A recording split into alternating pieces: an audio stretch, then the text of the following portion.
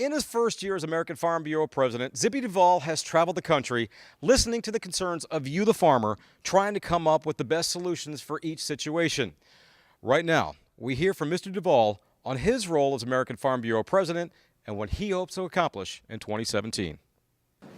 Ladies and gentlemen, it is my honor and privilege to present to you the President of American Farm Bureau Federation for a 2-year term, Zippy Duvall.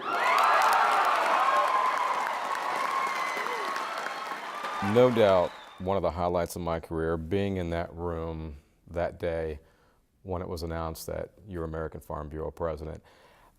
Is the job everything you expected, or has it exceeded your expectations? There's a lot more to this job than even I imagined it would be, and it's just kind of hard to really try to figure out what goes into this job until you actually have to walk in the shoes of it. But the responsibilities that you carry of all the men and women across this country that do what I love to do, and trying to comprehend how Washington works and build those relationships that I talked so much about on the campaign trail, that takes time. And I'm still working at trying to develop those relationships. Good enough when you call people up and call them by their first name and be able to really sit down behind closed doors and accomplish things. We're just a few weeks away from a new U.S. president taking office. As you know, like your job, that job is not a sprint. It's a marathon. Yeah. Still, what does this new administration mean for agriculture as a whole? Well, I think it means a lot. We were very concerned about having the same type of policies that we've been experiencing for the recent years, and now that we have a change coming to Washington, and it's just a lot of excitement around change. I will admit, how much the change, how the change will happen, and who it will affect. There's still a lot of unknowns about that. But with having change provides us with opportunities that we can do good things for agriculture. 2016 here in Georgia, very tough year. We had storms. We had low commodity prices. We had all kinds of things. What are some of the things and complaints that you're hearing from Georgia farmers? Well, the first thing you want to talk about is drought. Mm-hmm. And the area that my farm is in is historical drought in my area, and it's spread all over this state, some worse than others.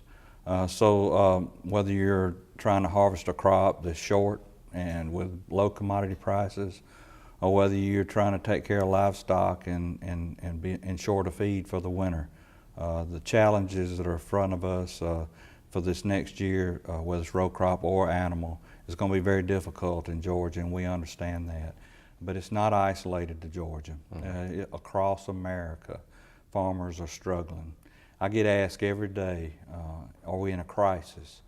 Well, if you I lived through the 80s, and the 80s was definitely a crisis in farmland.